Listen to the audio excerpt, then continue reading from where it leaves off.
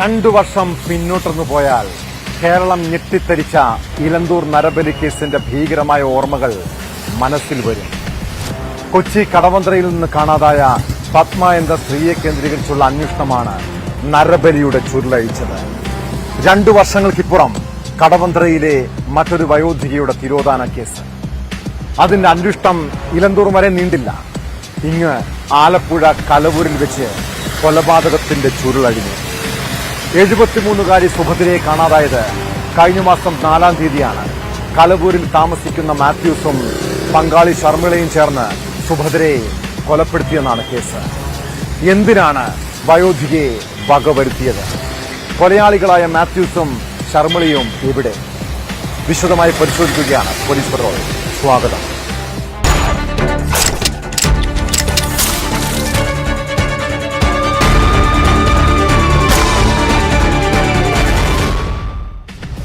എറണാകുളം കടവന്ത്ര സ്വദേശിനി സുഭദ്രയുടെ തിരോധാന കേസിന്റെ അന്വേഷണം ചെന്നെത്തിയത് ആലപ്പുഴ കലവൂർ എന്ന ഗ്രാമത്തിലാണ്.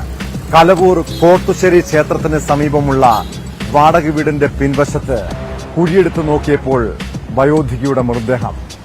ഇവിടെ വാടകയ്ക്ക് താമസിക്കുന്ന മാത്യൂസും പങ്കാളി ശർമിളയും ചേർന്ന് കൊലപ്പെടുത്തിയെന്നാണ് പോലീസ് നൽകുന്ന വിവരം. പ്രതികളുടെ ലക്ഷ്യം കവർച്ച മാത്രമായിരുന്നു. സംഭവത്തിന് ശേഷം നാടുവിട്ട ഇരുവരെയും കണ്ടെത്തിയാൽ കൂടുതൽ വിവരങ്ങൾ പുറത്തുവരും. കവർച്ചയ്ക്ക് ശേഷം വിൽപ്പന നടത്തിയുടെ സുഭദ്രയുടെ സ്വർണ്ണാഭരണങ്ങൾ ആലപ്പുഴയിലെയും ഉടുപ്പിലെയും ജ്വല്ലറിയിൽ നിന്ന് പോലീസ് കണ്ടെത്തി.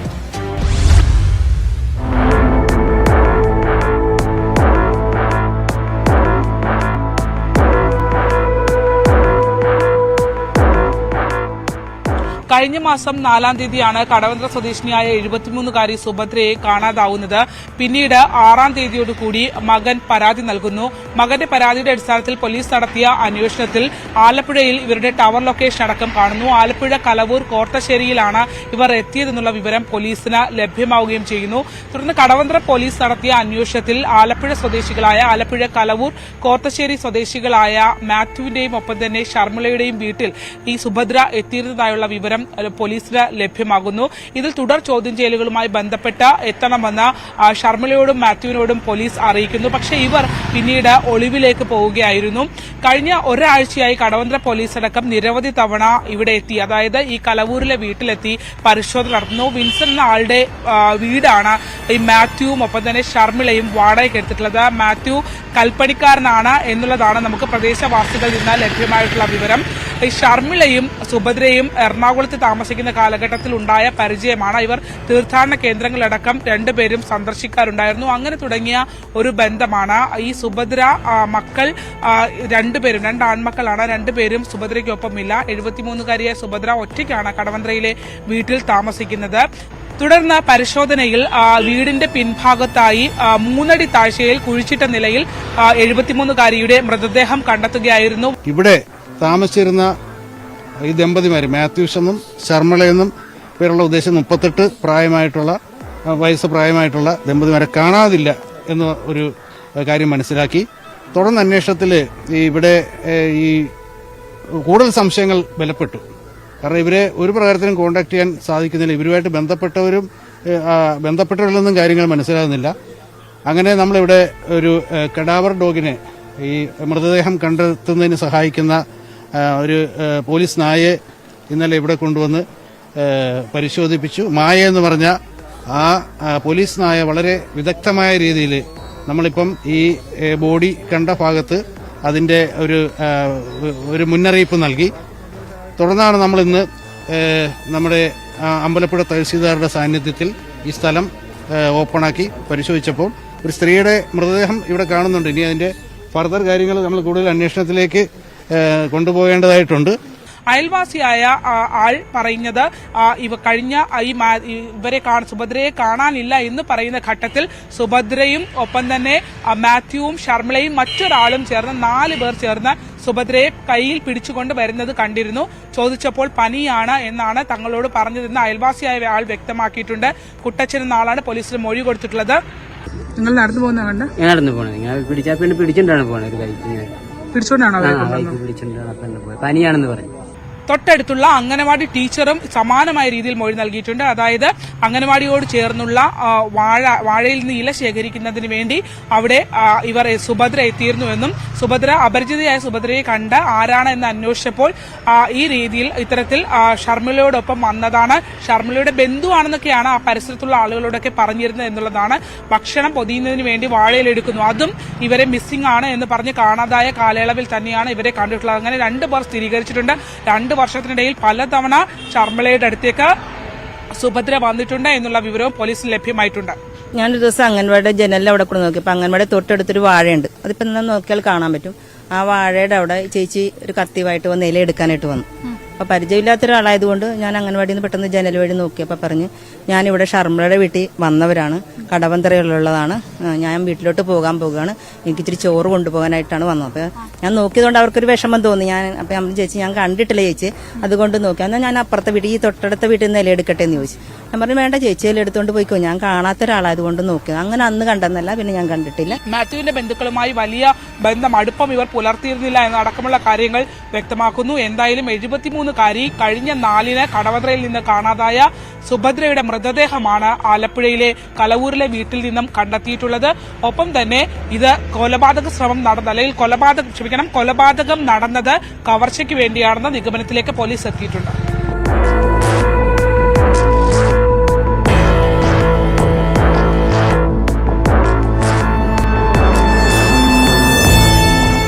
ആലപ്പുഴയിൽ നിന്നും ശരണ്യ സ്നേഹജൻ, ന്യൂസ് 18. മക്കളുണ്ടെങ്കിലും തനിച്ച് താമസിക്കുന്ന ഒട്ടേറെ വൃദ്ധമാതാപിതാക്കൾ നമ്മുടെ നാട്ടിലുണ്ട്. അങ്ങനെ ഒരു വയോധികയാണ് കടവന്തറ സ്വദേശിനി സുഭദ്ര. കയ്യിൽ ആവശ്യത്തിന് പണം, ആത്മീയ കാര്യങ്ങളിൽ മുഴുകുന്ന പ്രകൃതം, ഇഷ്ടം തോന്നിയാൽ ആരെയും കണ്ണടച്ച് വിശ്വസിക്കും. അങ്ങനെയേറെ അടുപ്പം പുലർത്തിയ ശർമിള തന്നെ കൊലയാളിയുടെ വേഷത്തിലെത്തുമെന്ന് സുഭദ്ര ഒരിക്കലും വിശ്വസിച്ച് കാണില്ല. CCTV ദൃശ്യങ്ങളാണ് അന്വേഷണത്തിൽ നിർണായകമായത്. കടവന്ത്രയിലെ വീട്ടിൽ നിന്ന് സുഭദ്രയെ കാണാതായത് ഓഗസ്റ്റ് 4-ാം തീയതിയാണ്. 2 ദിവസത്തിന് ശേഷം മകൻ കടവന്തറ പോലീസിന് നൽകിയ പരാതിയെ തുടർന്നുള്ള അന്വേഷണമാണ് കൊലക്കേസിലേക്ക് എത്തിയത്.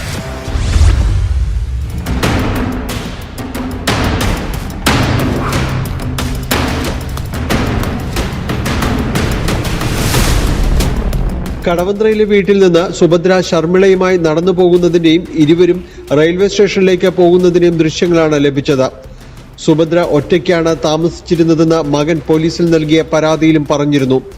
ഇതോടെയാണ് അന്വേഷണം ഷർമിളയിലേക്ക് തിരിഞ്ഞത്. സുഭദ്രയ്ക്ക് സാമ്പത്തിക ഇടപാടുകൾ ഉണ്ടായിരുന്നതായി പരിസരവാസികൾ പറഞ്ഞു.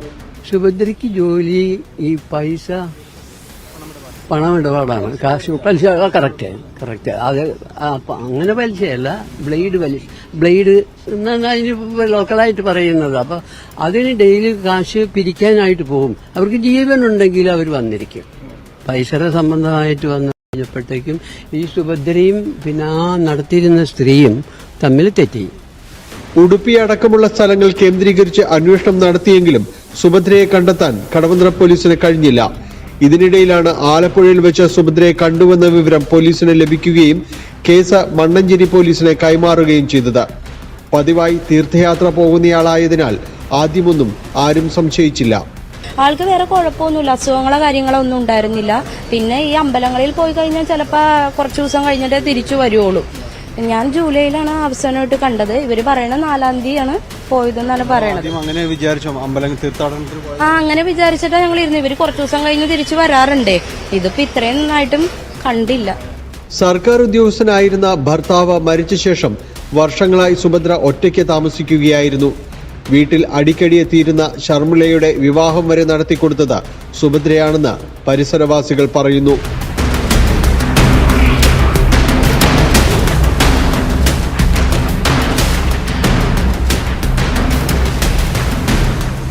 ന്യൂസ് 18 കൊച്ചി. ജീവിതത്തിൽ ദുരന്തം മാത്രം നേരിട്ട ചില മനുഷ്യരെക്കുറിച്ച് നമ്മൾ പലപ്പോഴും കേൾക്കാറുണ്ട്.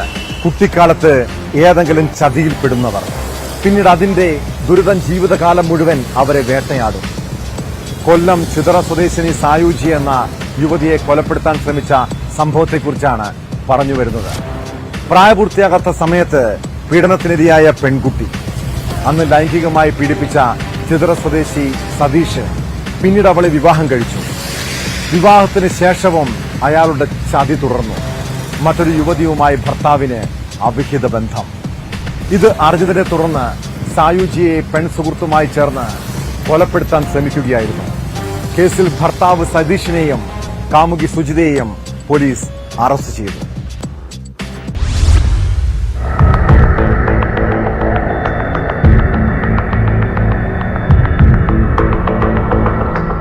ജനുവരി 27-നായിരുന്നു കേസിനാസ്പദമായ സംഭവം. കേസിലെ പരാതിക്കാരി സായുജിയെ ഇവരുടെ ഭർത്താവ് സതീഷിന്റെ കാമുകിയായ സുജിത വാടക വീട്ടിലേക്ക് വിളിച്ചു വരുത്തിയായിരുന്നു ആക്രമിച്ചത്. സതീഷ് മറ്റൊരു സ്ത്രീയുമായി തന്റെ വീട്ടിൽ ഒളിച്ചു താമസിക്കുന്നുണ്ടെന്ന് പറഞ്ഞാണ് സായുജിയെ വിളിച്ചു വരുത്തിയത്. വീടിനകത്തേക്ക് ഇവരെ കൂട്ടിക്കൊണ്ടുപോയ ശേഷം സതീഷും സുജിതയും ചേർന്ന് നിലത്തിട്ട് ചവിട്ടുകയും കത്തി ഉപയോഗിച്ച് വെട്ടിക്കൊലപ്പെടുത്താൻ ശ്രമിക്കുകയും ചെയ്തു. തുടർന്ന് രക്ഷപ്പെട്ട് മെഡിക്കൽ കോളേജ് ആശുപത്രിയിൽ ചികിത്സ തേടിയ സായുജ്യ കടക്കൽ പോലീസിൽ പരാതി നൽകിയതോടെ പ്രതികൾ ഒളിവിൽ പോയി. സുജിതയെ പോലീസ് പിടികൂടി റിമാൻഡ് ചെയ്തെങ്കിലും ഒന്നാം പ്രതി സതീഷിനെ പിടികൂടാനായില്ല.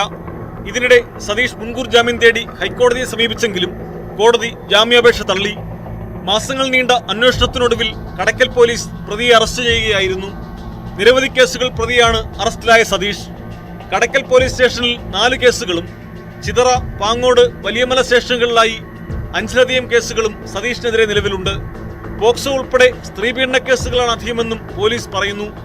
2018-ൽ സ്കൂൾ വിദ്യാർത്ഥിനിയെ വിവാഹ വാഗ്ദാനം നൽകി പീഡിപ്പിച്ച കേസിൽ ജയിലിലായ സതീഷ് 3 വർഷത്തിന് ശേഷം ഈ പെൺകുട്ടിയെ വിവാഹം കഴിച്ച് കേസിൽ നിന്ന് രക്ഷപ്പെടുകയായിരുന്നു. കോടതിയിൽ ഹാജരാക്കിയ പ്രതിയെ റിമാൻഡ് ചെയ്തു.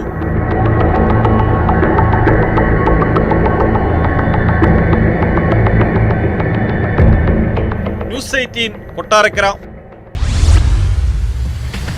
ഏറെ ദുരൂഹതകളും സംശയവും ജനിപ്പിക്കുന്നതാണ് മലപ്പുറം പള്ളിപ്പുറം സ്വദേശി വിഷ്ണുജിത്തിന്റെ തിരോധാനം.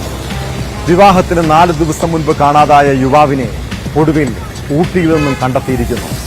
കഴിഞ്ഞ രാത്രി ഊട്ടി കുനൂരിന് സമീപം മൊബൈൽ ഫോൺ സ്വിച്ച് ഓൺ ആയതോടെയാണ് അന്വേഷണത്തിൽ വഴിത്തിരിവുണ്ടായത്.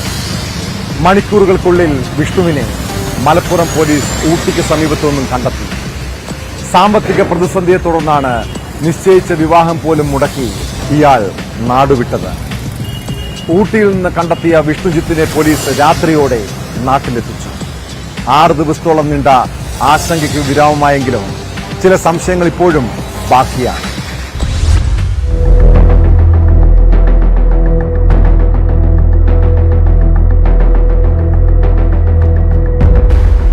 ഈ മാസം 4-നാണ് വിഷ്ണുജിത്ത് പാലക്കാട്ടേക്ക് പോയത്. 8-ാം തീയതിയായിരുന്നു വിഷ്ണുവിന്റെ വിവാഹം നിശ്ചയിച്ചിരുന്നത്. പോകുമ്പോൾ 1 ലക്ഷത്തിലധികം രൂപയും ഇയാളുടെ കൈവശമുണ്ടായിരുന്നു. വിവാഹാവശ്യത്തിന് പണം കണ്ടെത്താൻ വേണ്ടിയായിരുന്നു യുവാവ് പാലക്കാടിന് പോയത്. സുഹൃത്തിൽ നിന്നും പണം വാങ്ങിയ ശേഷമാണ് വിഷ്ണുജിത്തിനെ കാണാതായത്. മൊബൈൽ ഫോണും സ്വിച്ച് ഓഫ് ആയിരുന്നു. വിവരമൊന്നും ലഭിക്കാതായതോടെ കുടുംബം പോലീസിൽ പരാതി നൽകി. ഇതിനിടെ 4-ാം തീയതി വിഷ്ണുജിത്ത് പാലക്കാട് KSRTC ബസ് ടെർമിനലിൽ വന്ന CCTV ദൃശ്യങ്ങൾ പുറത്തുവന്നു. പാലക്കാടും കഞ്ചിക്കോടും കോയമ്പത്തൂരും എല്ലാം അന്വേഷിച്ചുവെങ്കിലും ഇയാളെ കണ്ടെത്താനായില്ല. വിവാഹം നടക്കേണ്ടിയിരുന്ന 8-ാം തീയതിയും വിവരമൊന്നും ലഭിക്കാത്ത സാഹചര്യത്തിൽ എല്ലാവരും ആശങ്കയിലായി. തുടർന്ന് 9-ാം തീയതി രാത്രി ഊട്ടി കൂനൂരിനടുത്ത് എവിടെയോ മൊബൈൽ ഫോൺ സ്വിച്ച് ഓൺ ആയതോടെയാണ് അന്വേഷണത്തിൽ വഴിത്തിരിവുണ്ടായത്. മണിക്കൂറുകൾക്കുള്ളിൽ വിഷ്ണുവിനെ മലപ്പുറം പോലീസ് ഊട്ടിക്ക് സമീപത്ത് നിന്ന് കണ്ടെത്തി. സാമ്പത്തിക പ്രശ്നങ്ങളാണ് വിഷ്ണുജിത്ത് നാട്ടിൽ നിന്ന് വിട്ടുനിൽക്കാൻ കാരണമെന്നാണ് പോലീസ് സൂചിപ്പിക്കുന്നത്. വിഷ്ണുവിന്റെ സാമ്പത്തിക പ്രതിസന്ധിയെക്കുറിച്ച് അറിവില്ലായിരുന്നു എന്ന് വീട്ടുകാരും പ്രതികരിച്ചു. അവന് സാമ്പത്തികമായിട്ട് എന്ന് പറഞ്ഞാല് അവന് ജോലി ചെയ്ത ക്യാഷ് അല്ലാതെ അവന് സേവിങ്സ് ഒന്നും ഉണ്ടായിരുന്നില്ല. അപ്പൊ അതിന്റേതായ വിഷമങ്ങളൊക്കെ ഉണ്ടായിരുന്നു. അവന്റെ പെങ്ങള് അവന് വേണ്ട എല്ലാ സഹായവും ചെയ്തു കൊടുത്തിട്ടുണ്ടായിരുന്നു. പിന്നെ താലിമാല അവൻ വാങ്ങാന്ന് പറഞ്ഞതുകൊണ്ടാണ് അതിലേക്ക് നോക്കാതിരുന്നത്. അത് അവൻ ചെയ്യാന്ന് പറഞ്ഞതിനുള്ള ക്യാഷ് അവന്റെ കയ്യിലുണ്ടെന്നും പറഞ്ഞു. ഇല്ല എന്നുള്ള വിവരം നമുക്കറിയായിരുന്നെങ്കിൽ നമ്മള് അതിനു വേണ്ടി എന്തെങ്കിലും ചെയ്യായിരുന്നു. കല്യാണത്തിന്റേതായ കുറച്ച് ബുദ്ധിമുട്ടുകളും കാര്യങ്ങളൊക്കെ ഉണ്ട് എന്നുള്ളത് നമുക്കറിയായിരുന്നു. അതിപ്പോ എല്ലാവർക്കും ഉള്ള പോലെ കല്യാണത്തിന്റെ സമയത്തുള്ള ഒരു ബുദ്ധിമുട്ടും കാര്യങ്ങളും ഉണ്ടായിരുന്നു. അതിന് അത്യാവശ്യം വേണ്ട കാര്യങ്ങളൊക്കെ നമ്മൾ ചെയ്തിട്ടുണ്ടായിരുന്നു. പിന്നെ കല്യാണത്തിന് ബാക്കി കുറച്ച് കാര്യങ്ങൾ കൂടെ ചെയ്യാനുണ്ടായിരുന്നു. പക്ഷെ അതിനുള്ള ക്യാഷ് അവന്റെ കയ്യിലുണ്ട് എന്നാണ് അവൻ പറഞ്ഞിട്ടുള്ളത് നമ്മളടുത്ത്. പോലീസ് കാര്യക്ഷമമായി കേസ് അന്വേഷിച്ചതുകൊണ്ടാണ് വിഷ്ണുജിത്തിനെ കണ്ടെത്താൻ കഴിഞ്ഞതെന്നും കുടുംബം പ്രതികരിച്ചു. ഊട്ടിയിൽ നിന്ന് കണ്ടെത്തിയെന്ന് പറയുന്നുണ്ട്. അപ്പോൾ ഇപ്പോൾ കേരള പോലീസിന്റെ കൈകളിലാണ്, ഇങ്ങോട്ടേക്ക് എത്തിക്കുകയാണെന്നാണ് പറഞ്ഞത്. അപ്പോൾ നമുക്ക് SP സാറ് അങ്ങനെയാണ് നമ്മുടെ അടുത്ത് പറഞ്ഞിട്ടുള്ളത്.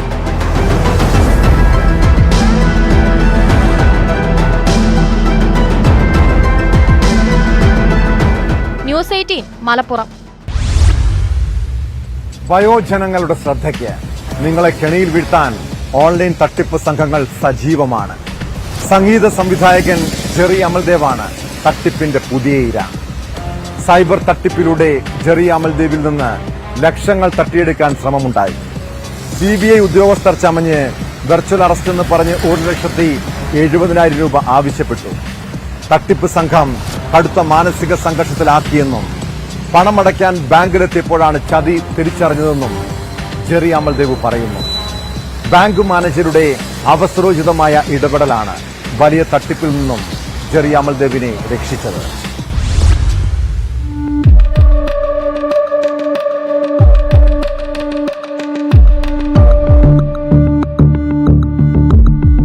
രണ്ടാഴ്ച മുൻപാണ് ജെറി അമൽദേവിന്റെ വാട്സാപ്പ് നമ്പറിലേക്ക് അപരിചിതമായ ഒരു വിളി എത്തുന്നത്. താൻ മുംബൈയിലെ ഒരു സ്റ്റേഷനിൽ നിന്നുള്ള ബിനോയ് ചൌബെ എന്ന ഇൻസ്പെക്ടറാണെന്നും ഒരു കേസുമായി ബന്ധപ്പെട്ടാണ് വിളിക്കുന്നതെന്നുമായിരുന്നു സംഭാഷണം. വിവിധ കേന്ദ്ര ഏജൻസികൾ അന്വേഷിക്കുന്ന ജെറ്റ് എയർവേസ് ഉടമ നരേഷ് ഗോയലിന്റെ അക്കൗണ്ടുകളുമായി ബന്ധപ്പെട്ടുള്ള കള്ളപ്പണ അന്വേഷണത്തിൽ ജെറി അമൽദേവിന്റെ പേരിലുള്ള ഒരു ക്രെഡിറ്റ് കാർഡും ഉൾപ്പെട്ടിട്ടുണ്ട് എന്നാണ് കേന്ദ്ര ഏജൻസികൾ കണ്ടെത്തിയിട്ടുള്ളതെന്നും ഇൻസ്പെക്ടർ പറഞ്ഞു. എന്നാൽ അത്തരത്തിലൊരു ക്രെഡിറ്റ് കാർഡ് തന്റെ പക്കൽ ഇല്ലെങ്കിൽ പോലും ഭയന്നുപോയെന്ന് ജെറി അമൽദേവ് പറയുന്നു. CBI രജിസ്റ്റർ ചെയ്ത സാമ്പത്തിക തട്ടിപ്പ് കേസിൽ പ്രതിയാക്കുമെന്ന് ഭീഷണിപ്പെടുത്തിയാണ് പണം തട്ടാൻ ശ്രമമുണ്ടായത്. CBI, സുപ്രീം കോടതി എന്നിവയുടെ മുദ്ര പതിപ്പിച്ച രേഖകൾ ആദ്യം അയച്ചു നൽകി. പിന്നാലെ കേസിൽ പ്രതിയാക്കാതിരിക്കാൻ 1,70,70,000 രൂപ ആവശ്യപ്പെട്ടുവെന്ന് ജെറി അമൽദേവ് ന്യൂസ് 18 പറഞ്ഞു. ഒരാൾ എന്നെ വിളിച്ചു, ഒരു ഇൻസ്പെക്ടറാണ്, സെൻട്രൽ ഗവൺമെന്റിന്റെ CBI ഡിപ്പാർട്ട്മെന്റിൽ നിന്ന് വിളിക്കുകയാണ്. ഒരു കളവ് നടന്നിട്ടുണ്ട്, താങ്കൾക്ക് 2.5 കോടി രൂപ കിട്ടിയിട്ടുണ്ട്.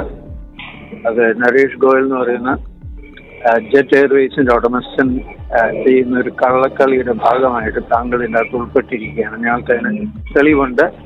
താങ്കളുടെ എന്താണ് ഈ ATM കാർഡിന്റെ നമ്പറൊക്കെ ഞങ്ങൾക്ക് കിട്ടിയിട്ടുണ്ട്.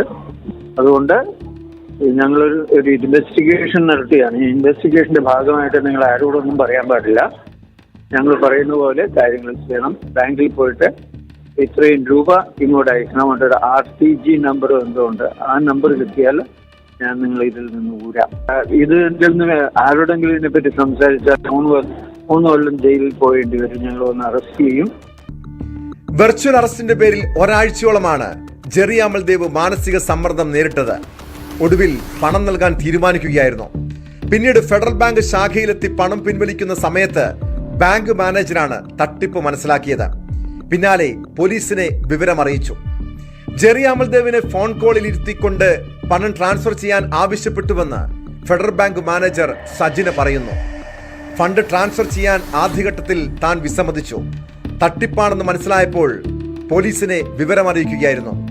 തട്ടിപ്പുകാരുമായി കോൾ കണക്ട് ആയതുകൊണ്ട് പേപ്പറിലൂടെ എഴുതിയാണ് ജെറി അമൽദേവിനെ കാര്യത്തിന്റെ ഗൗരവം മനസ്സിലാക്കിയതെന്നും ബാങ്ക് മാനേജർ ന്യൂസ് 18 പ്രതികരിച്ചു. സാറിന് ഇവരുമായിട്ട് എന്തെങ്കിലും ലിങ്ക് ഉണ്ടായിട്ടാണോ അവർക്ക് ആ ഫണ്ട് ട്രാൻസ്ഫർ ചെയ്ത് കൊടുക്കുന്നത് എന്ന് ചോദിച്ചപ്പോൾ പറഞ്ഞു സാർ ഒന്നും മിണ്ടുന്നില്ല, സാർ എല്ലാം ആക്ഷനിലൂടെയാണ് പറയുന്നത്. അപ്പൊ തന്നെ നമുക്ക് മനസ്സിലായി സാർ വേറൊരു കോളിലാണ്, ഇയർഫോണിൽ വെച്ചിട്ടുണ്ട്, അവിടെ നിന്ന് എന്തൊക്കെയോ പറഞ്ഞിട്ടാണ് ഇൻസ്ട്രക്ഷൻസ് തന്നിട്ടാണ് സാർ നമ്മളോട് കമ്മ്യൂണിക്കേറ്റ് ചെയ്യാൻ ശ്രമിക്കുന്നത്. ബട്ട് അപ്പോഴും അപ്പോൾ എനിക്ക് ഡൗട്ട് അടിച്ചു, ഇത് തന്നെ ആവാനാ സാധ്യത. അങ്ങനെ അല്ലെങ്കിൽ നമുക്കൊരിക്കലും ഡയറക്റ്റ് ഞാൻ പറയുന്ന പോലെ അല്ല സംസാരിച്ചത്. ഞാൻ പറഞ്ഞു സാർ ഒന്ന് കോൾ കട്ട് ചെയ്യാമോ, നമുക്ക് ഡീറ്റെയിൽസ് അറിയണം എന്നുണ്ട്, അന്ന് കോൾ കട്ട് ചെയ്യാമെന്ന് നോക്കുമ്പോഴത്തേക്ക് സാർ പറഞ്ഞു കോൾ കട്ട് ചെയ്യാൻ പറ്റില്ല എന്ന് പറഞ്ഞു. അത് അവിടെ നിന്ന് തന്നെ പറയുന്നുണ്ട് ബാങ്ക് ഓഫീഷ്യൽസിനോട് സംസാരിക്കരുത്, UTR നമ്പർ കിട്ടി എന്നിട്ട് ബ്രാഞ്ചിൽ നിന്ന് പോന്നോളൂ എന്നുള്ള രീതിയിലൊക്കെയാണ് അവരവിടെ നിന്ന് കൊടുക്കുന്ന ഇൻസ്ട്രക്ഷൻ. ഒറ്റയ്ക്ക് താമസിക്കുന്ന പ്രായമായ ആളുകളെയാണ് ഇത്തരം തട്ടിപ്പ് സംഘങ്ങൾ ലക്ഷ്യം വെക്കുന്നത്. ഏതാനും ആഴ്ചകൾക്ക് മുൻപ് യാക്കോബയ സഭയുടെ മെത്രാപ്പൊലിത്ത ഗീവർഗീസ് മാർ കൂറിലോസിൽ നിന്ന് സൈബർ തട്ടിപ്പ് സംഘം സമാനമായ രീതിയിൽ ലക്ഷങ്ങൾ തട്ടിയെടുത്തിരുന്നു.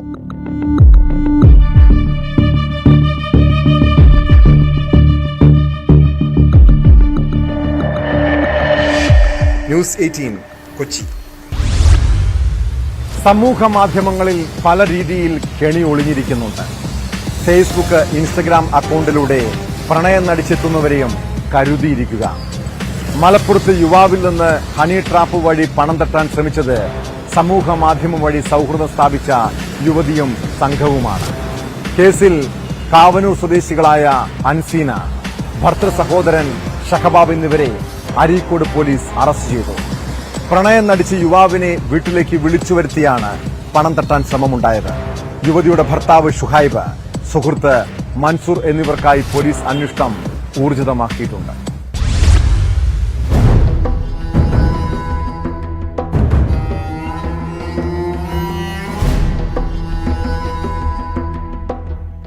സമൂഹമാധ്യമത്തിലൂടെ പരിചയപ്പെട്ട യുവാവിനെ വീട്ടിലേക്ക് വിളിച്ചു വരുത്തി പണം തട്ടാൻ ശ്രമിച്ച കേസിലാണ് ഒരു കുടുംബത്തിലെ 2 പേർ പിടിയിലായത്.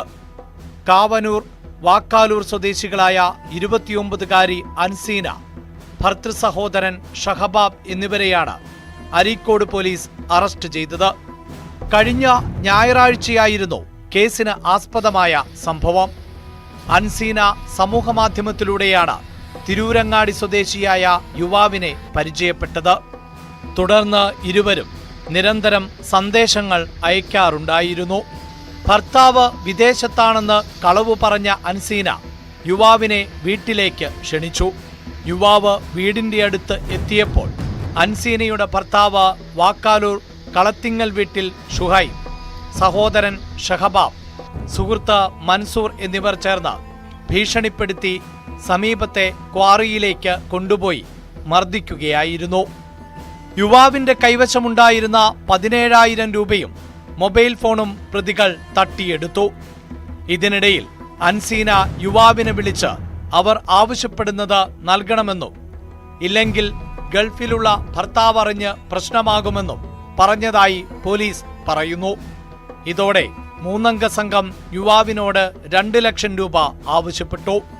യുവാവ് സുഹൃത്തുക്കൾ മുഖേന പണം സംഘടിപ്പിച്ചു നൽകാൻ ശ്രമിക്കുകയും ഇങ്ങനെ 25,000 രൂപ ഗൂഗിൾ പേ വഴി പ്രതികൾക്ക് നൽകുകയും ചെയ്തു. സംശയം തോന്നിയ സുഹൃത്തുക്കൾ അരീക്കോട് പോലീസിൽ വിവരം അറിയിച്ചതിനെ തുടർന്ന് നടത്തിയ അന്വേഷണത്തിലാണ് ഹണി ട്രാപ്പ് സംഘം വലയിലായത്. ഇതിനിടെ അരീക്കോട്ടെ മൊബൈൽ സ്ഥാപനത്തിലെത്തി പരാതിക്കാരനായ യുവാവിന്റെ പേരിൽ EMI വഴി 2 മൊബൈൽ ഫോണുകൾ വാങ്ങാനും പ്രതികൾ ശ്രമിച്ചു. യുവാവിന്റെ പരാതിയിൽ കേസെടുത്ത പോലീസ് വീട്ടിൽ നിന്നാണ് മുഖ്യപ്രതി അൻസീനയെയും ഭർത്തൃ സഹോദരൻ ഷഹബാബിനെയും പിടികൂടിയത്. യുവതിയുടെ ഭർത്താവും ഇയാളുടെ സുഹൃത്തും ഒളിവിലാണെന്നും ഇവർക്കായി അന്വേഷണം ഊർജിതമാക്കിയതായും അരീക്കോട് SHO വി ഷിജിത്ത് പറഞ്ഞു. സംഘം സമാനമായ രീതിയിൽ തട്ടിപ്പ് മുമ്പും നടത്തിയിട്ടുള്ളതായി പോലീസിന് സംശയമുണ്ട്. ഇത് സംബന്ധിച്ചും അന്വേഷണം പുരോഗമിക്കുകയാണ്. മഞ്ചേരി കോടതിയിൽ ഹാജരാക്കിയ പ്രതികളെ റിമാൻഡ് ചെയ്തു.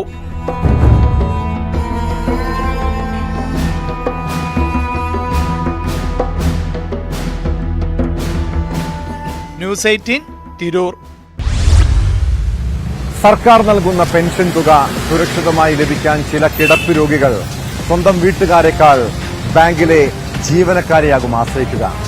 എന്നാൽ വേലി തന്നെ വിളവ് തിന്നുന്ന സംഭവമാണ് കൊട്ടാരക്കര കാനറ ബാങ്കിലുണ്ടായത്. കിടപ്പ് രോഗിയായ വയോധികയുടെ 3 വർഷത്തെ പെൻഷൻ തട്ടിയെടുത്ത ബാങ്കിലെ താൽക്കാലിക ജീവനക്കാരി അറസ്റ്റിലായി. കൊട്ടാരക്കര പുലമൺ സ്വദേശി രജനിയെയാണ് കൊട്ടാരക്കര പോലീസ് അറസ്റ്റ് ചെയ്തത്. 3 വർഷത്തിനിടെ ഇവർ 2,40,000 രൂപ തട്ടിയെടുത്തതായി പോലീസിന്റെ അന്വേഷണത്തിൽ കണ്ടെത്തി.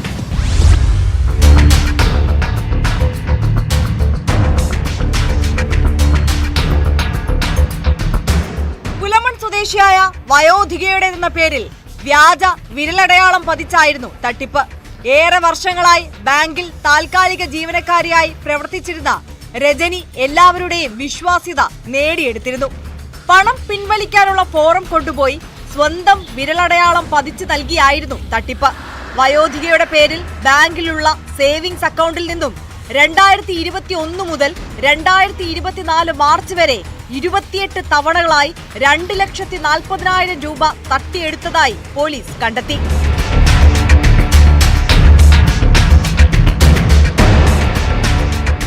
വയോധികയുടെ ബന്ധു ബാങ്ക് അക്കൗണ്ട് പരിശോധിച്ചപ്പോഴാണ് പണം പിൻവലിച്ചിരിക്കുന്നതായി കണ്ടെത്തിയത്. തുടർന്ന് പോലീസിൽ പരാതി നൽകുകയായിരുന്നു. SI ജോൺസന്റെ നേതൃത്വത്തിലുള്ള സംഘമാണ് രജനിയെ അറസ്റ്റ് ചെയ്തത്. കോടതിയിൽ ഹാജരാക്കിയ പ്രതിയെ റിമാൻഡ് ചെയ്തു.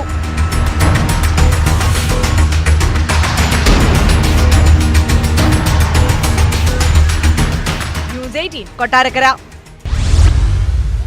വൈദ്യുതി ബിൽ അടച്ചില്ലെങ്കിൽ ഫ്യൂസ് ഊരണമെന്ന് KSEB ജീവനക്കാർക്ക് നിർദ്ദേശമുള്ളതാണ്.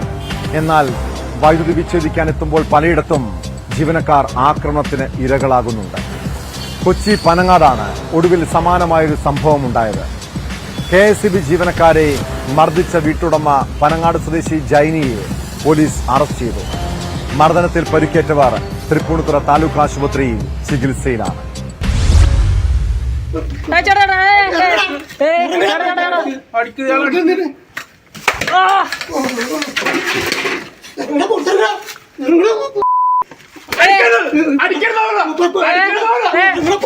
ഉച്ചയ്ക്ക് 12:30 സംഭവം.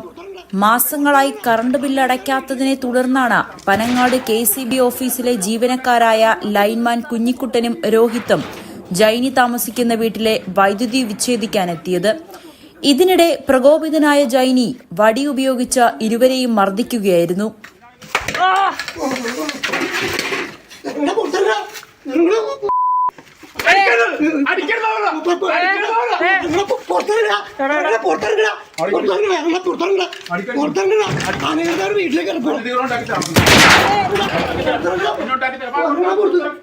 വാടക വീട്ടിലാണ് ജെയിനി താമസിക്കുന്നത്. മർദ്ദനത്തിൽ ഒരു ജീവനക്കാരന്റെ ഫോണിനും കേടുപാടുകൾ സംഭവിച്ചു. പരിക്കേറ്റ ജീവനക്കാർ തൃപ്പൂണിത്തുറ താലൂക്ക് ആശുപത്രിയിൽ ചികിത്സയിലാണ്. ഇരുവരുടെയും പരാതിയിൽ ജൈനിയെ പനങ്ങാട് പോലീസ് കസ്റ്റഡിയിലെടുത്തു.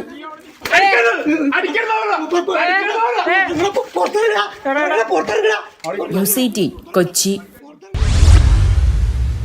മിണ്ടാപ്രാണികളോട് പോലും ക്രൂരത കാട്ടുന്ന മനസാക്ഷി മരവിച്ച ചില മനുഷ്യരുണ്ട് നമ്മുടെ നാട്ടിൽ. എറണാകുളം മുളന്തുരുത്തിയിൽ അയൽവാസിയോടുള്ള വിരോധം തീർക്കാൻ ക്ഷീരകർഷകന്റെ പശുവിനെ വെട്ടിക്കൊന്നു. തടയാൻ ശ്രമിച്ച വീട്ടമ്മയ്ക്കും മറ്റു പശുക്കൾക്കും വെട്ടേറ്റു. അയൽവാസി മനോജിനോടുള്ള വൈരാഗ്യത്തെ തുടർന്നായിരുന്നു ആക്രമണം. കേസിൽ പ്രതി എടക്കാട്ടുവയൽ സ്വദേശി രാജുവിനെ പോലീസ് അറസ്റ്റ് ചെയ്തു. 4 മാസം ഗർഭിണിയായ പശുവിനെയാണ് വെട്ടിക്കൊന്നത്. തൊഴുത്തിൽ നിന്ന് അഴുക്കുവെള്ളം ഒഴുക്കുന്നുവെന്ന് പറഞ്ഞ് പ്രതി രാജുവും അയൽവാസി മനോജും തമ്മിൽ ദീർഘനാളായുള്ള തർക്കമാണ് ആക്രമണത്തിൽ കലാശിച്ചത്.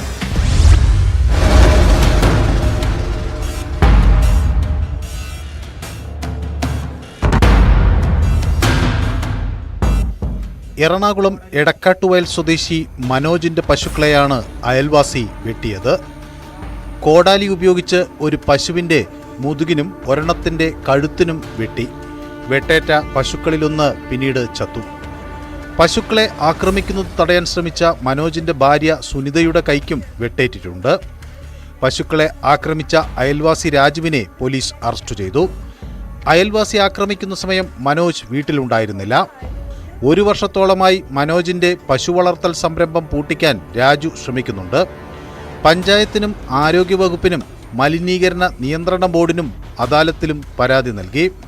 എന്നാൽ ഒരാളുടെ വരുമാനമാർഗം ഇല്ലാതാക്കാൻ കഴിയില്ല എന്ന നിലപാടാണ് അധികൃതർ സ്വീകരിച്ചത്. ഇതിൽ പ്രകോപിതനായിട്ടാണ് രാജു അക്രമം കാണിച്ചതെന്ന് മനോജിന്റെ ബന്ധുക്കൾ പറയുന്നു. പശുക്കളെ കൊന്നാലെങ്കിലും പശു വളർത്തൽ നിർത്തുമല്ലോ എന്ന് ആക്രോശിച്ചുകൊണ്ടായിരുന്നു ആക്രമണം നടത്തിയതെന്ന് ദൃക്സാക്ഷികൾ പറയുന്നു. കരയണ കേട്ടോണ്ട് ഞാൻ വൈക്കോല് അവിടെ വെച്ചിട്ട് കരയണായിട്ട് വൈക്കോല് വാരി ചെന്നപ്പോഴത്തേനും കുട്ടായി അവിടെ കയറി വരുന്നുണ്ട്. ഞാൻ നീല ഷീറ്റിന്റെ അവിടെ കയറി വരുവാ. അപ്പൊ ഞാൻ ചോദിച്ചിട്ട് എന്നെ കുട്ടായി ചേട്ടാന്ന് ചോദിച്ചു. അപ്പൊ കോടാലി കഴിയുന്നുണ്ട്. അപ്പൊ എന്റെ വിചാരം കിളുന്തും ആത്തയുടെ ഇതും കപ്പളവും ഇത് വെട്ടുവാൻ വന്നതായിരിക്കും പറഞ്ഞു. അപ്പൊ കയറി വന്നു ബയോഗ്യാസിന്റെ ഇവിടെ വന്ന് കോടാലി കഴിയുന്നുണ്ട്.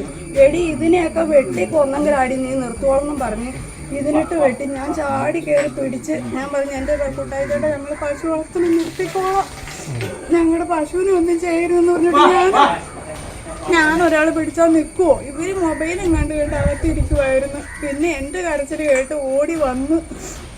അപ്പൊ ഇവരും കൂടെ പിടിച്ച് ഞാൻ പിടിച്ചാൽ നിൽക്കുവോ. ഇവര് 3 ആ ചെറുതിന്റെ തലക്കെട്ടും കൊടുത്തു, ഇതിനും കൊടുത്തു, അതിനും കൊടുത്തു. 3 കിടാങ്ങളടക്കം 6 പശുക്കളാണ് മനോജിന്റെ ഡയറി ഫാമിൽ ഉള്ളത്. ഇതിൽ 2 പശുക്കളെയാണ് രാജു ആക്രമിച്ചത്. വെറ്റിനറി സംഘം സ്ഥലത്തെത്തി കഴുത്തിന് പരിക്കേറ്റ പശുവിന് ചികിത്സ ആരംഭിച്ചിട്ടുണ്ട്. ടാപ്പിംഗ് തൊഴിലാളിയായ മനോജ് പശുക്കളെ കൂടി വളർത്തിയാണ് കുടുംബം മുന്നോട്ട് കൊണ്ടുപോകുന്നത്.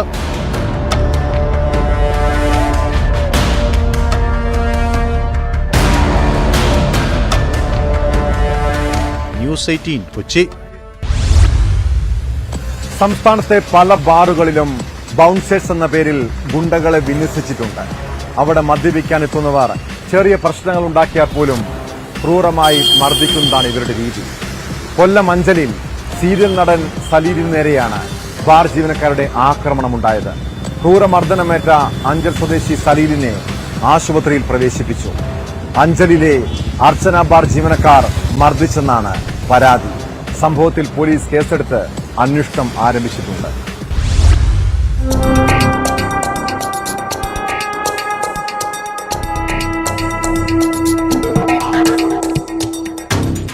ഈ മാസം 5-ന് രാത്രി 10 മണിയോടെ അഞ്ചലിലെ ബാറിൽ സുഹൃത്തുമായി എത്തിയ സലീലിനെ ബാർ ജീവനക്കാർ ക്രൂരമായി മർദ്ദിച്ചെന്നാണ് പരാതി.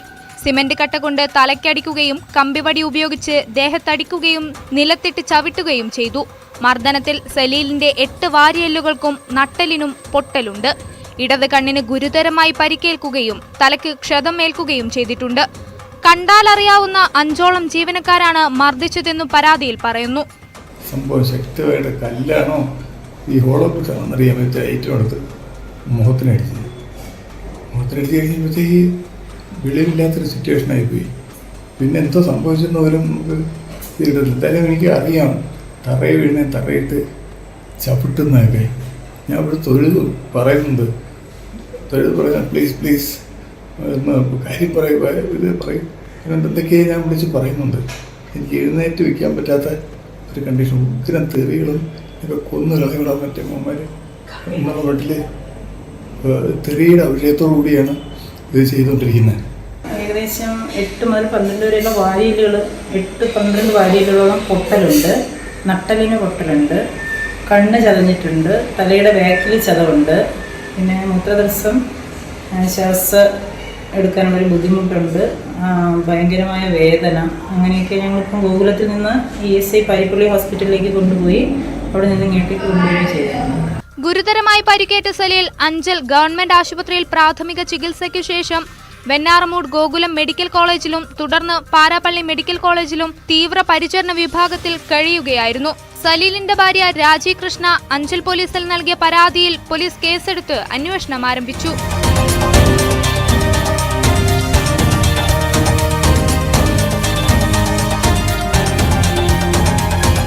ന്യൂസ് 18 അഞ്ചൽ. PV അൻവറിന്റെ ആരോപണത്തെ തുടർന്ന് മലപ്പുറത്ത് പോലീസിൽ കൂട്ട നടപടി. മലപ്പുറം SP ശശിധരനെ സ്ഥലം മാറ്റി. മലപ്പുറത്തെ സ്പെഷ്യൽ ബ്രാഞ്ച് ഉൾപ്പെടെ എല്ലാ സബ് ഡിവിഷനിലെ ഉദ്യോഗസ്ഥരെയും മാറ്റിയിട്ടുണ്ട്. താനൂർ DYSP ബെന്നിയെ കോഴിക്കോട് റൂറൽ ജില്ലാ ക്രൈംബ്രാഞ്ചിലേക്കാണ് മാറ്റിയത്. മലപ്പുറം പോലീസിനെ കുറിച്ച് വ്യാപക പരാതി ഉയർന്ന സാഹചര്യത്തിലാണ് സർക്കാരിന്റെ നടപടി. അതിനിടെ Palakkad special branch DYSP NV മണികണ്ഠനെ സസ്പെൻഡും ചെയ്തു. ജില്ലാ പോലീസ് മേധാവിക്ക് പരാതി നൽകാനെത്തിയ സ്ത്രീയുമായുള്ള വഴിവിട്ട ബന്ധത്തിലാണ് നടപടി. എന്നാൽ ഇതിലും ഗുരുതരമായ ആരോപണം നേരിടുന്ന ADGP MR അജിത് കുമാറിനെ മാത്രം സംരക്ഷിക്കുന്നത് എന്തിനാണ്? അയാൾക്കെതിരെയും ശക്തമായ നടപടി സ്വീകരിക്കണം. ഇതോടെ ഇന്നത്തെ പോലീസ് പട്രോൾ പൂർണ്ണമാകുന്നു. നമസ്കാരം.